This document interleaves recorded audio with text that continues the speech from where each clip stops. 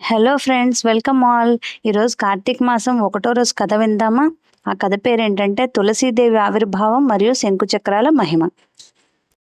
ఒకప్పుడు ధర్మధ్వజుడు అనే రాజు ఉండేవాడు.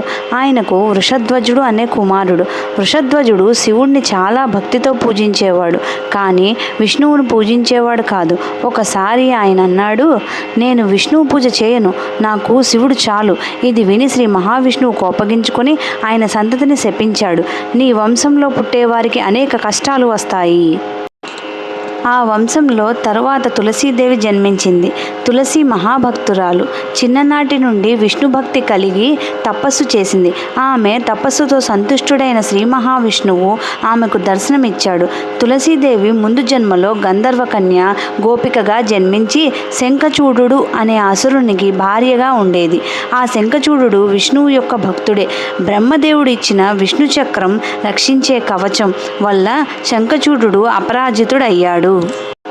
తర్వాత విష్ణువు ఆ కవచాన్ని తిరిగి పొందడానికి ఒక చతురత చూపాడు. విష్ణువు శంఖచూడు రూపంలో వచ్చి తులసిని మోసగించాడు. అప్పుడు ఆమె పాత్ని ధర్మం లగించబడింది.